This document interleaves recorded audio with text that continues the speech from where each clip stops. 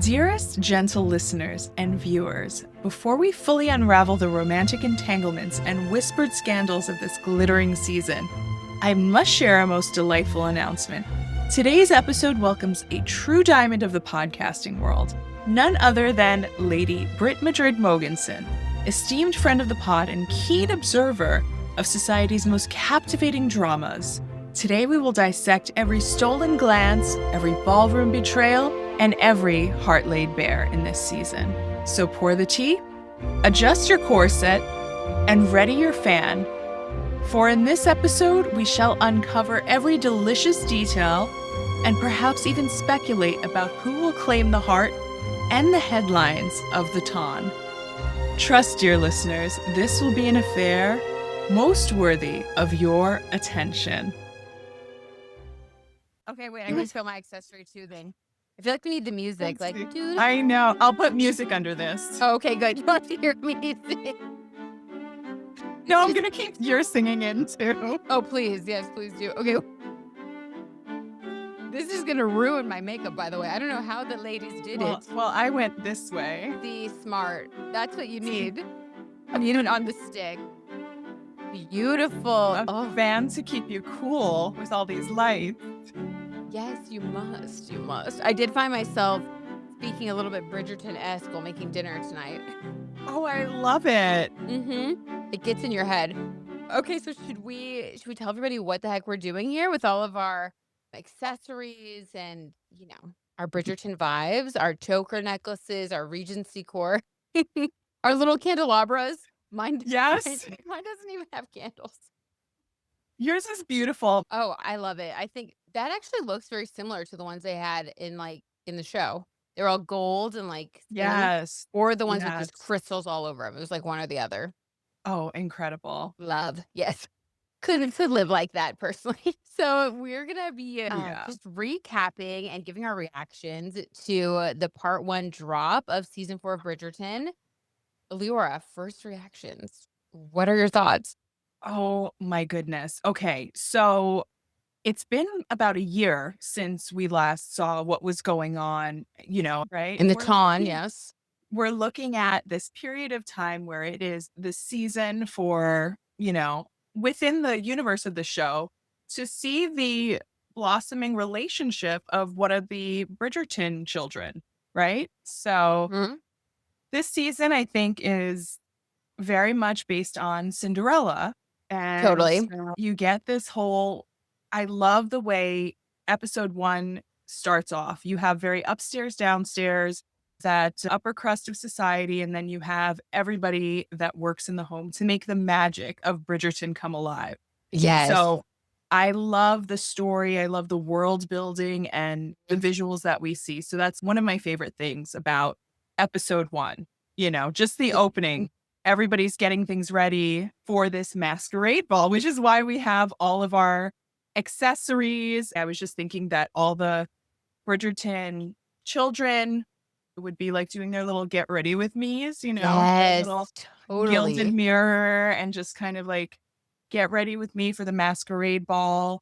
And I'm going to be the belle of the season and, just kind of go from there. So they were the original influencers, the upper crust. Yeah. All they have to do all day is sit around and gossip and try new dresses. I thought it was kind of slow at first, I'll be honest. Maybe I was just having a busy day. Maybe I don't know. Maybe it was me. Maybe it was the show. I'm not sure. But it felt slow at first. Yeah. Then I got really hooked. And I actually loved it. I'm I couldn't believe where it ended. There may be spoilers, by the way. There are definitely going to be spoilers after you've seen it. Just wait until I was trying to talk around episode 1, but at the same time, it's hard because you've got to connect everything together. There's a lot going on. Maybe if you weren't pulled into the beginning, from the beginning of episode 1 of season 4, maybe it's because you don't know how to leisure. How dare you? How dare you? And they honestly, this is made for you. That was great.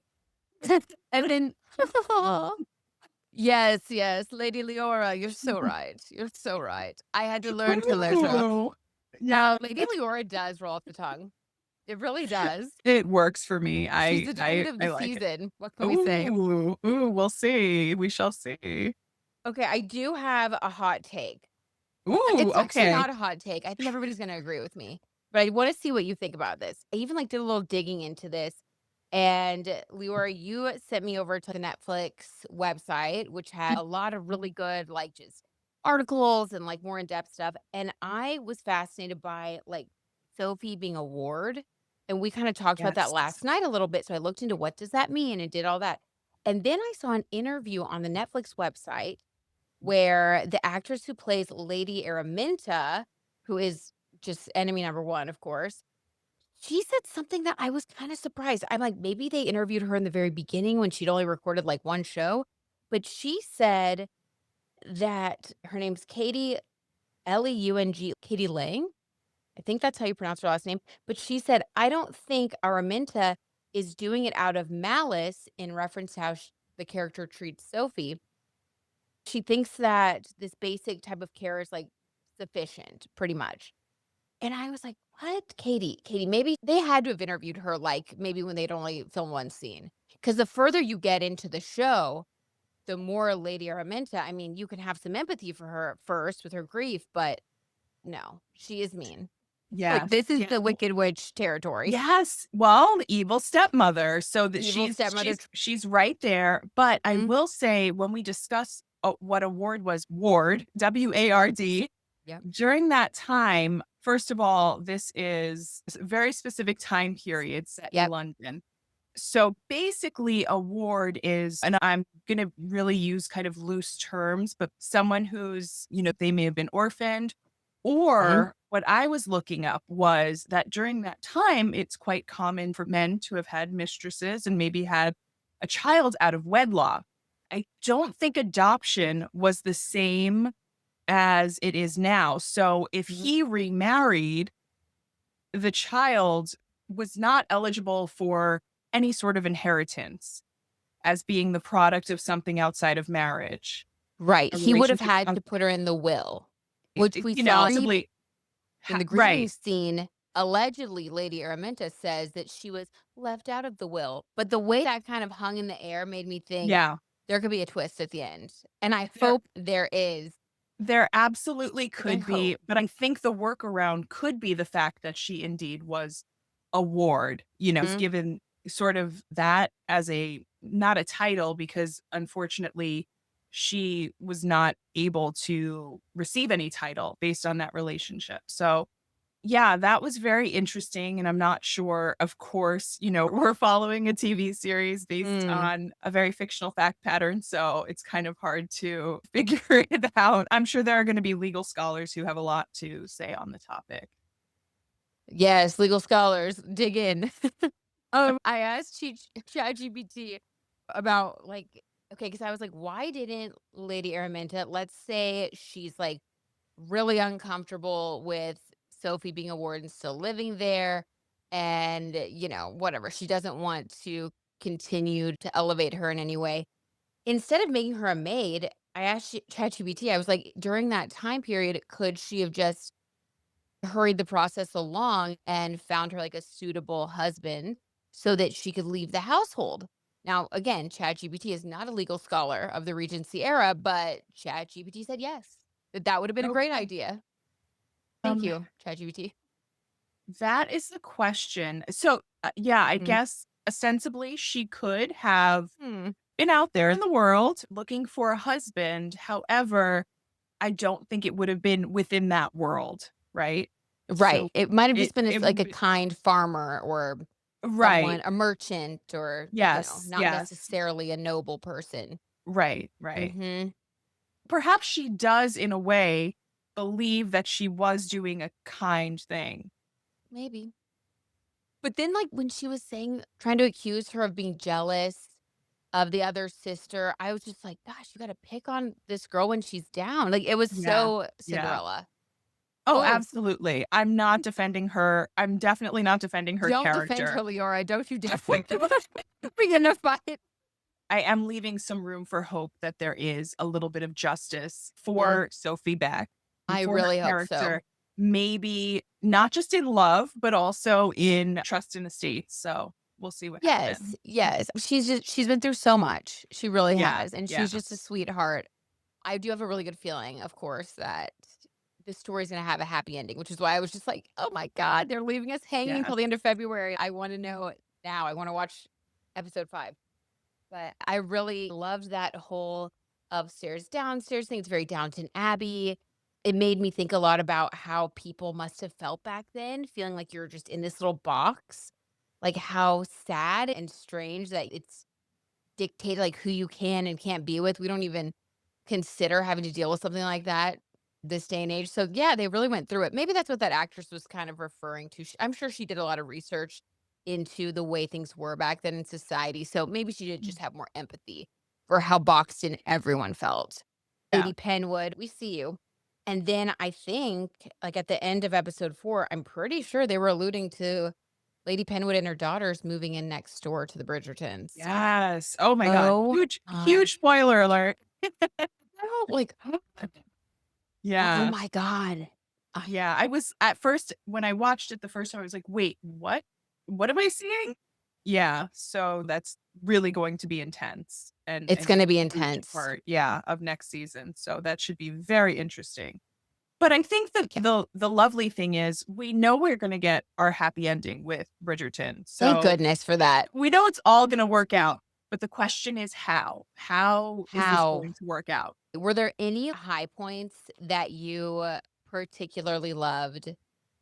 Like, anything that stuck out to you, either an outfit or a plot line or a twist, just anything Oh, that you loved? yeah. I wanna know.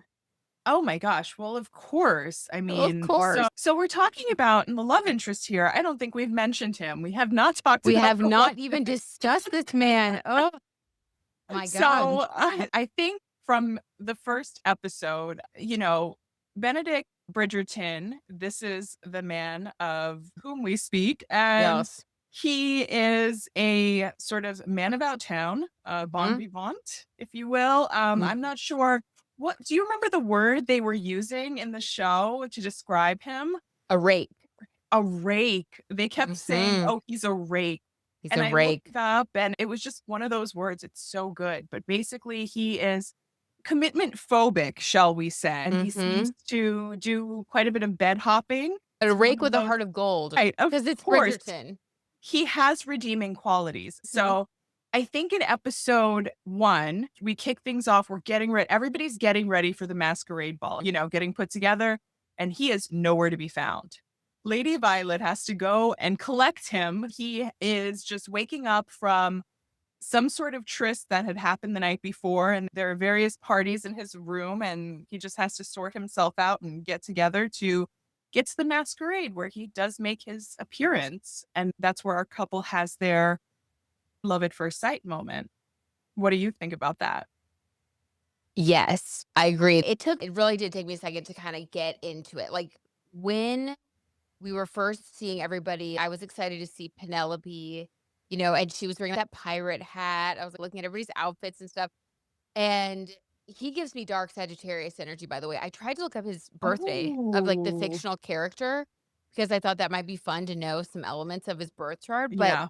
no, couldn't find it. Like, even the fictional character does not have a birth date. So if anybody has found that, if Well, you're an avid reader of her books, maybe you know the birth date. that is also very interesting because he is sort of the spare.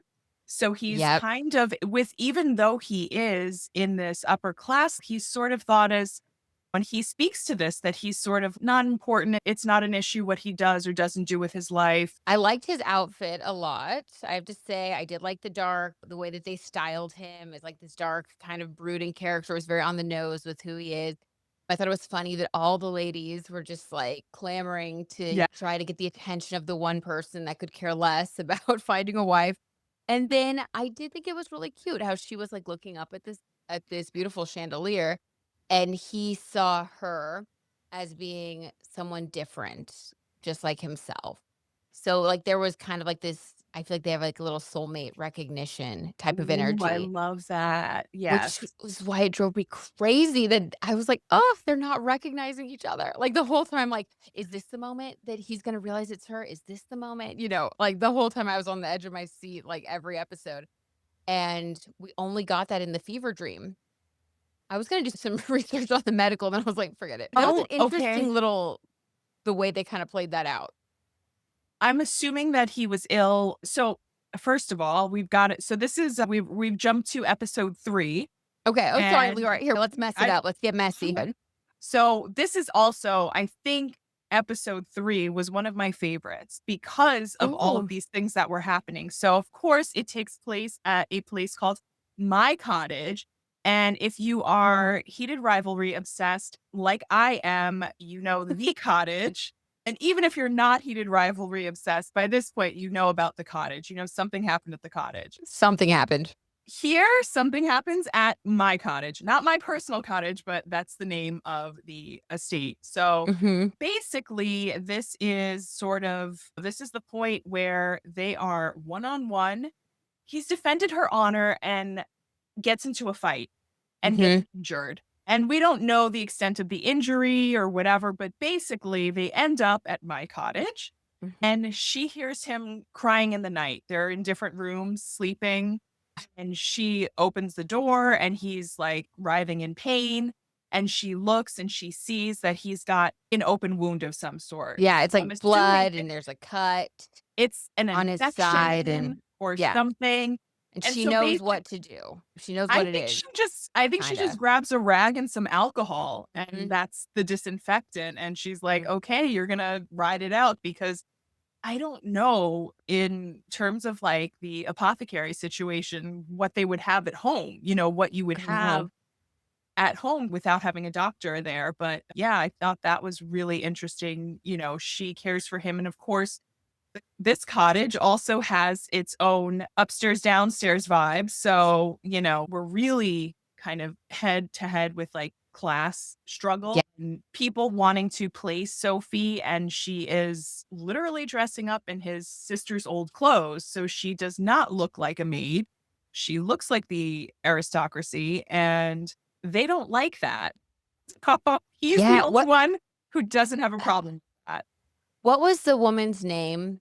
Again, it's I an have to older look up now. couple that he said that the older lady has taken care of him since he was a child, and she's, like, they're very sweet, but you can see, like, that kind of ingrained upstairs, downstairs thing. Because even though she's sweet, she does still say things to, like, keep Sophie, like, in her place, so to speak, and the whole time this is happening, I'm like, "Girl, just tell him who you really are, tell him your life story," like, because she actually is the daughter of a noble person, and that's why she was educated in all these ways. I feel like he would just totally get it, and, like, we can skip all this BS, but then we wouldn't have a good, season of Bridgerton, so I get it, it has to play out, but I was so frustrated. I'm like, "Just tell him who you really are."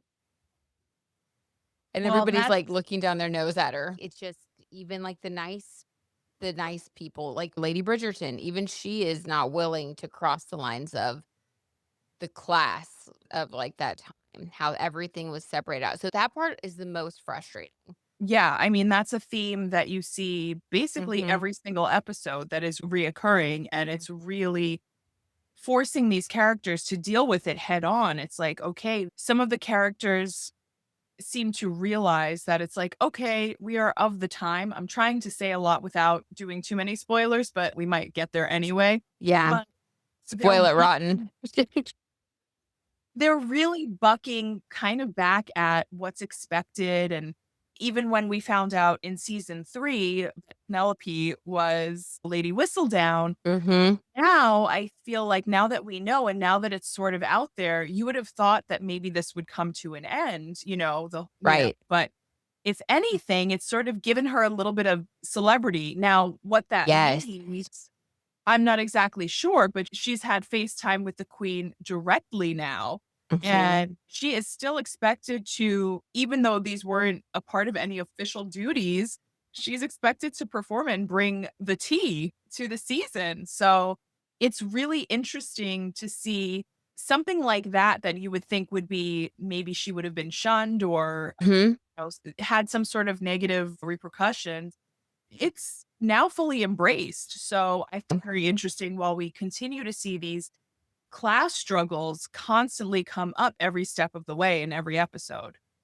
Yeah, to your point about Penelope, I thought it was really interesting too how when they were at the ball, all of these ladies ran up to her and they were trying to get her attention, trying to talk to her, trying to get her to maybe write about them. And they kind of pushed one of the girls towards her and they're like, she's the diamond of the season. Like everybody wants this stamp of approval from Whistledown now.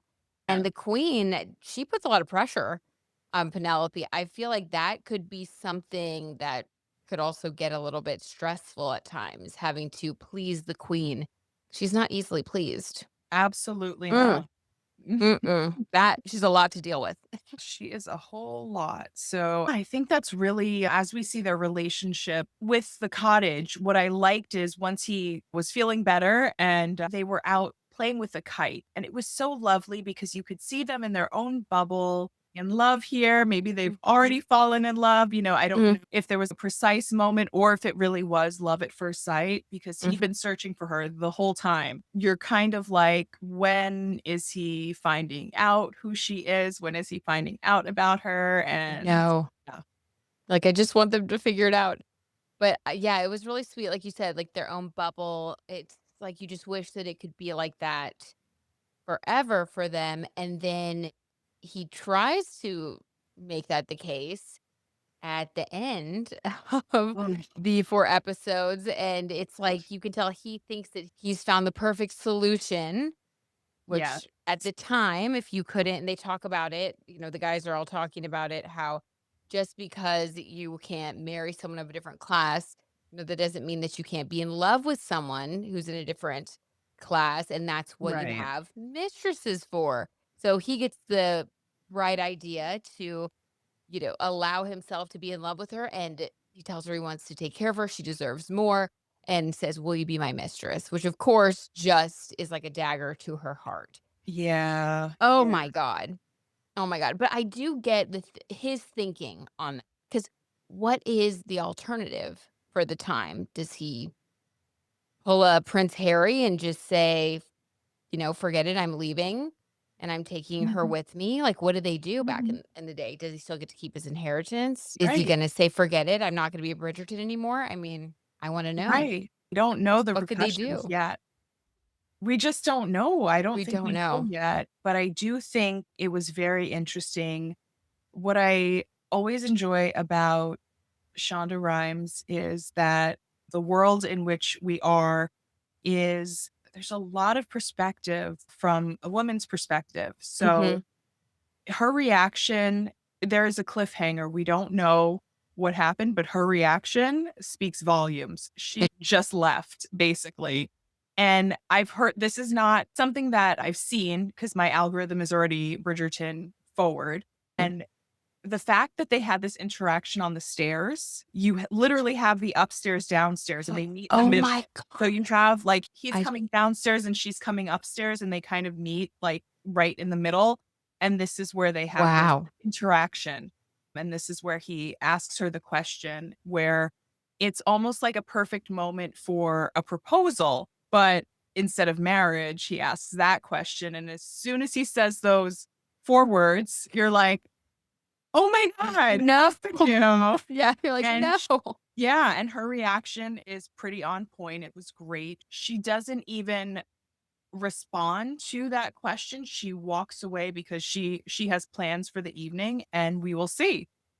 And then he just looks after her coming upstairs or vice versa, and them meeting in the middle. The symbolism, I didn't even think of that. That is really cool. Yeah. There was a lot going on between them, throughout every episode. You're always looking for a look or a moment where they're gonna break through that class distinction. You can tell there was one moment in particular when Benedict first comes home and brought Sophie at this point, and he's already talked to his mother about employing her. The other brother comes home and everyone's talking and laughing and it's very animated. You can tell he looks over at Sophie and she's in there holding the dessert tray. And it looks like he wants to actually talk to her about something and bring her in. And he stops himself and you can just see it. And then you see like that invisible wall kind of come up again. And Yeah. it's like, oh, Yeah. My God, like, they're right there, but they're so far away from each other. The thing with Mhm. Sophie is she does have education, she's well-read, and the only thing that she doesn't have that maybe a lady of her age would have is, like, the dance lessons. So, there were lots of clues for, Benedict to find her, but she was masked. It was all of these little details. He was searching high and low like the prince in Cinderella. He goes on this epic journey, but he's also somewhat clueless. People know if they were at the masquerade ball or not, but if they're invited to meet with him, they're not passing up on that opportunity. So Exactly. it's very interesting and, also the level of Delulu that guests there had, they were like, "Oh, he's so into me. He was very Right. interested in me." And you're like, "Did he even see you? Did you even interact? What are you talking about?" Right, like, y'all didn't even talk. He was barely there on time himself, and then Mhm. he goes out and has this beautiful after they have their eyes meet, they have this little moment outside and they're talking, and I think he sees that he says sort of the cheesy thing of like, "Oh, you're not like other girls," but Mhm. she quickly just snaps that right up and says, "What do you mean by that?" Like, it was a read without saying much, and she's so good at that because I think she's just whip smart, but unfortunately, like you said, it's being in those boxes, it's being, held back by class and status. So Mhm. very interesting to see them try to overcome that. Yes, I agree, and it'll be really interesting to see where they go from here, now that he has made this indecent proposal to her, and it's just sort of hanging in the air. I think he got the picture that she was not interested, no, she didn't have to say a word, and now it's like but at the same time, he knows that she has feelings for him because of their interaction on the stairs, the steaminess of it all. So what's he gonna do next, and what's she going to do now? Well, I guess his action, I mean, again, speaking to these characters that are the upper crust of society that, maybe they think they're doing the right thing, but are they evil or are they a product of their time or a mix of both? Him after they get back from my cottage, he's like, "You can't get work anywhere else. I'll hire you. You'll work in my family's household." And she's like, "Okay, I don't want to do that." Mhm. Basically, she has no other prospects. So she's left with no choices. And she just kind of has to Right. deal with it. For him, he thinks he's doing something good. He thinks Mhm. he's perhaps doing the right thing, but there's a certain lack of awareness if you're looking at it like that staircase from up to down or down to up. Yeah. People looking down, they think they maybe are being benevolent and kind. It's not that way at all. No, it doesn't come across that way at all. It comes across as, like, him wanting to keep her around, but not without any sort of commitment or whatever. So, first I was annoyed by that, but then when he said, "Well, for some reason," and he's very nice about this, he's like, "I'm sure it was a mistake or a misunderstanding or something. Her previous employer has called around to everyone and said that, not to hire her, that she can't be trusted." So, that to me goes beyond, like, that's another one of Lady Araminta's moments of cruelty. Because not only have you fired her, thrown her out on the streets, the daughter of the man that you claim to love, but you're gonna treat her his daughter like that. It's crazy that then she wants her to also be shunned, and, like, back then, you had no money and no one took after you at all. I mean, what do? Do you become like that's how women back then, I think, would have to become prostitutes. If you were lucky, you could become a lady's maid in a nice household, but other than that, if you don't have a family or any sort of training in anything, and people in nice households aren't gonna hire you because someone's ruined your reputation, that's kind of all you have in that time. It was like a death sentence. Like, that was harsh. That was cruel. Yeah. I Yeah. can't And the wait for her to cool, get hers at the end. I guess we'll see in part two. She will. The interesting thing about that too is, if Sophie, even if she was the most untrustworthy person, which we know is not true, she needed to be replaced by three others, basically. Yes. Lady Armenta had to coach other staff from other households to replace Sophie, and it took about 3 ladies to do the jobs that she was doing, so yeah. Just goes to So show how much work she did and how hard of a worker she was, and to that same point, when she first showed up at the Bridgerton house, she was talking to the other employees and explaining the things that she had done at the previous house, and the woman who was in charge was like, "Oh, you would not have to do all those jobs," and they all kinda look at each other and then sorta look away, and you can tell they without them saying, they kind of get a sense of what she's been through as well. They're like, "Oh, she used to have to do all of that." That's not how it is in the Bridgerton household. So there's a lot more kindness. I definitely think with the Bridgertons, they're more just operating as a result of the times they live in, whereas at the Penwood household, at least with Lady Araminta running it, there was a lot of cruelty, a lot of meanness. And then the Featherington household, and that was also kind of telling of Lady Featherington's point of view, just sort of taking advantage. I feel like they were trying to give another layer of, like, what ladies' maids went through at that time, and Lady Featherington was saying to a woman that had been there for a long time, she was talking about how she was, like, a member of the family, and she was like, "Well, we shouldn't talk about money with members of the family," yes, and yes, she that's had been right, okay. offered and Lady Penwood had Yeah. offered her a better salary, and so she approached her in good faith saying, I wanna stay here, but I can't even afford to buy myself decent clothes for my off days to walk around. And then the maid, she was smiling, thinking, "Oh, it's gonna, gonna go well." And then kind of flash forward to a few scenes later, we see Lady Featherington giving her some, like, ridiculous feathered, like, looks like a dress or a skirt, something this woman would never wear, and trying to call Yeah, throw so her something scrap. it seemed like it's just she pulled something from her closet that she would've Yeah, either have worn, like, a long time ago, something that may be outdated or something, and she would have no purpose to wear it either. right. So, Right. It also yeah, she didn't miss it, and there's no way that this woman is gonna be wearing that. It's not I don't think it's her style, and I don't think she has a place to wear it.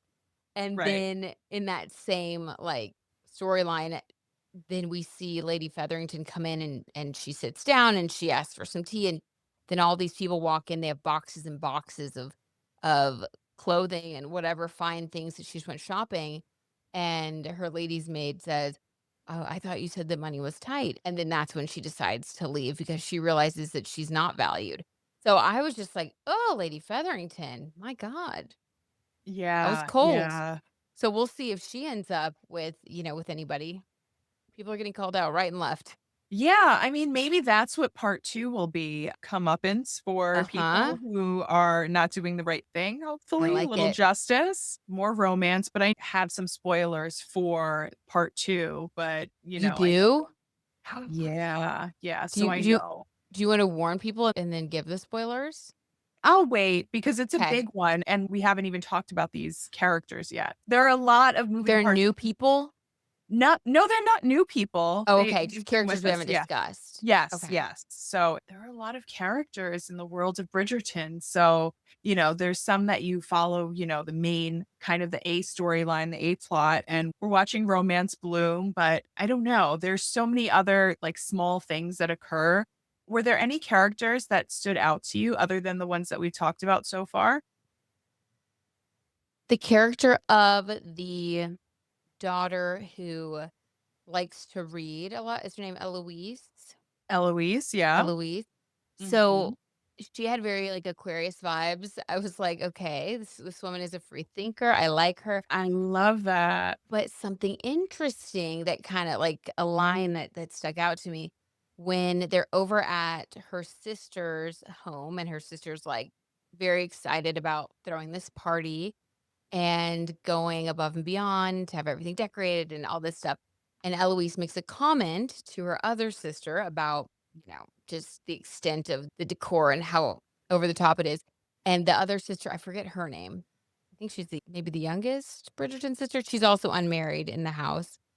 But she says, "This whole time I thought that you were basically, like, favoring other people over me," or something about, like, trying to impress her, "but now I realize that all you really care about is yourself." And I was like, "Oh, wow." It kind Yeah. of like that for a moment, I was like, "Oh, yeah, I guess, like, the judgmentalness of this sister who is really free thinking, and I think a lot of people look at it as like a rebel and someone who's progressive, which I think is cool, especially for that time period. She's not following what everyone else is doing. But then for Mhm. the sisters who are and who are comfortable with that, it makes them feel kind of judged or like called out. So I was like, oh, that's interesting. Like just kind of a little perspective shift, just trying to see it through both people's eyes. I don't know. That was interesting to me. And I think the next season is about her, right? Eloise's story, season 5. I believe so, yeah, so we'll be seeing more of that for next season. That'll be an interesting one to see. Anything else you wanna touch on? Is there anything that you feel like we didn't talk Um, about that you thought was really interesting?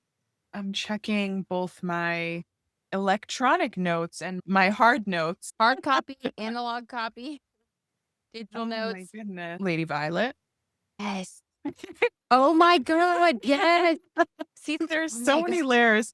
I feel like this season, the way it started out, I really enjoyed it. It was a little bit slow, I think, to your point, but it really opened up because you have this big gathering and you're really setting the scene. And then Mhm. there's still I don't know how they do it every season. They touch upon so many different storylines and you're They just really trying to do. follow along. So when we're doing this and, I didn't write like a hard outline. I just wanted things to kind of come up organically. But there are so many moments. And I think Lady Violet's journey is one of those pivotal moments, not necessarily to a particular plot line, but her own story. So I don't know. Do you have any initial thoughts, Britt? Yes, I'm so happy for her. I feel like she is, like, getting her life. It was really interesting to see how, this lady that I think everyone looks at as the mom and the lady who is very proper and she has all these responsibilities in her family, is the matriarch of the Bridgerton household. You can see that she shares that when she was married, she was very happy. She was married to someone that she loved very much. He's no longer alive. And so it does seem like for a while, maybe she resolved herself to just be that person, that mother, that lady, the matriarch. And maybe she was happy with that for a little bit, but then she meets someone who reawakens her inner fire, so to speak, and reminds her that she is not just all of these other roles that she plays, but that she deserves to be happy as well. And we get to see her go and get her life, get her passion back. And I like the scene where she looks in the mirror. It's very Bridgerton, but she like has her hair down and she looks in the mirror and you can tell because like the robe falls down to the ground that she is like looking at herself without clothes on and she kind of like turns to the side and like kind of admires herself and then sort of like poof, like puts her thing back on and brushes it off. But for a second, you see that she feels pretty and she's reminding herself that, yeah, she's like, I still got it. I loved it. I was like, that's a really good, I think, a good message just for all women. Like, just, you always have time to reinvent yourself, and there are always surprises that can come your way if you're open to it.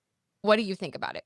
What were Yeah. your thoughts about all of that? I loved all of that, and I loved especially the scene that you were talking about, sort of, the acknowledgement of herself. She had Mhm. that moment with herself before a partner, so she basically connects with Lord Marcus Anderson, gentleman, and then there comes to a point and he is sent to her room and he's basically like, "Oh, I was told we were having tea in a different room." And she says this now iconic line, "I am the tea you were having." Ooh, So Lady it's just, Violet.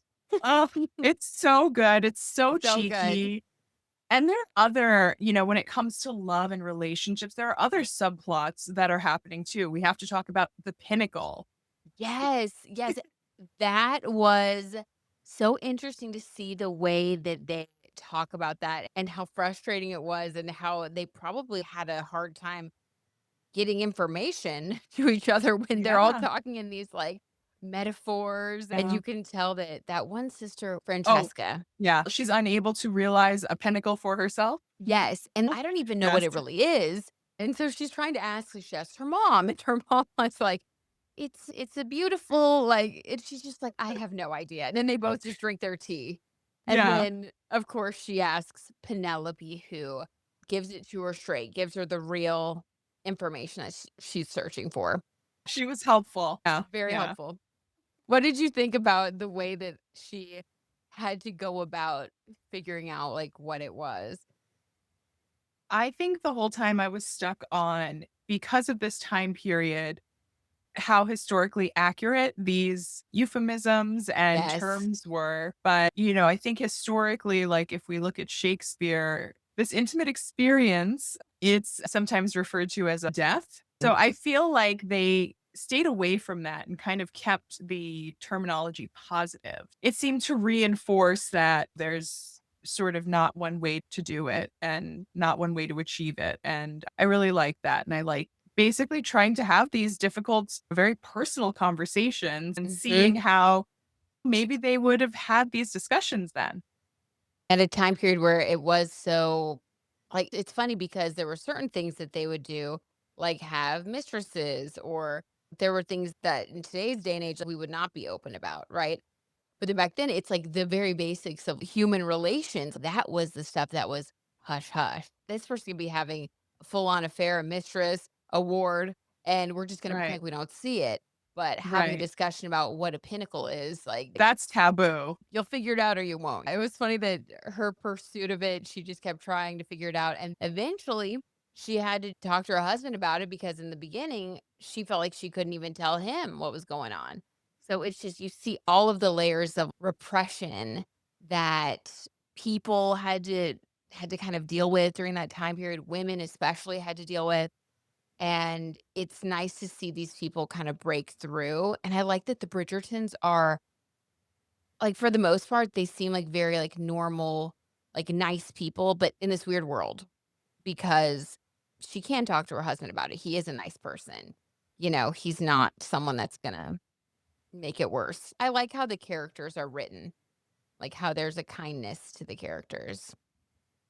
Yeah, and I think the Bridgerton household is very much run on, love who you love, which is sort of what I think is very interesting with Benedict because he's seemingly openly bisexual and it's not a secret. And it's just, I don't think he can wrap his head around this class thing. And I think his family would not have an issue with that either. Maybe the rest of society may, but Mhm. I think he would have the support of his entire family. So I think that is very interesting as well. That'll be really interesting to see how it unfolds. I just know that Lady Araminta is going to try to be a foil in part 2 of this season 4 drop. I just know she's gonna be up to something. Yeah. She's moving closer to the Bridgertons for a reason. I mean, this Oh, woman's diabolical. oh, absolutely. Absolutely. So I don't know the reasons yet, I but just had could a you thought. okay. What if, okay, this is pure speculation, but what if she knows, so everybody knows about the silver dress thing, right? What if Lady Araminta has one of her daughters dress up in the silver dress? Since she has it, she found it under the bed. I could see her doing that to try to trick him into thinking that one of her daughters is the silver dress woman and be like, "Oh, this is what she wore to the ball." And he's like, doesn't believe it, but then he's sorta, like, confused. I could see it. Yeah. Perhaps, Maybe outcome. perhaps. I think it was also interesting, and now that you're saying that, because I'm thinking there's so much confusion in finding his Cinderella and finding the woman of Mhm. his dreams. When he first arrived late to the masquerade ball, I believe his mother said, "Oh, we're not serving whiskey, but you smell like it." So, if he was somewhat intoxicated, maybe he doesn't quite remember. Yes. So, perhaps he may have doubts. He may not trust what he remembers. And especially since the ladies, they were all too happy to meet with him, even though they knew they were probably not the woman he was thinking of. It could be that's very plausible. Someone else just slips into this silver masquerade ensemble. I just don't put it past him to try to trick him and manipulate him Yeah. further. Yeah. Very interesting. I really overall, I thought it was great. I loved the way the story flowed.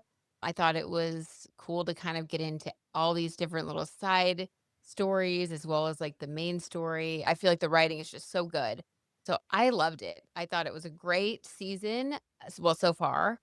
And I'm really rooting for this couple to end up together. So that'll be great. Hopefully, we'll see the happy ending. But yeah, I'm just really looking forward to it. Now I'm like on the edge of my seat, waiting for the next drop. So We it have hooked me. we have what, 26 days? It's too much. Yeah, it's a 26 days long too wait. long. Yeah, it's a long wait for more payoff. I just know that each day we're getting closer and closer to our happy ending from Bridgerton. And isn't So that the truth? Isn't that the truth overall? there's one more thing I wanted to Okay. mention, and it's so random just to throw it in there Get though. random. Because it was the Cinderella season, Mhm.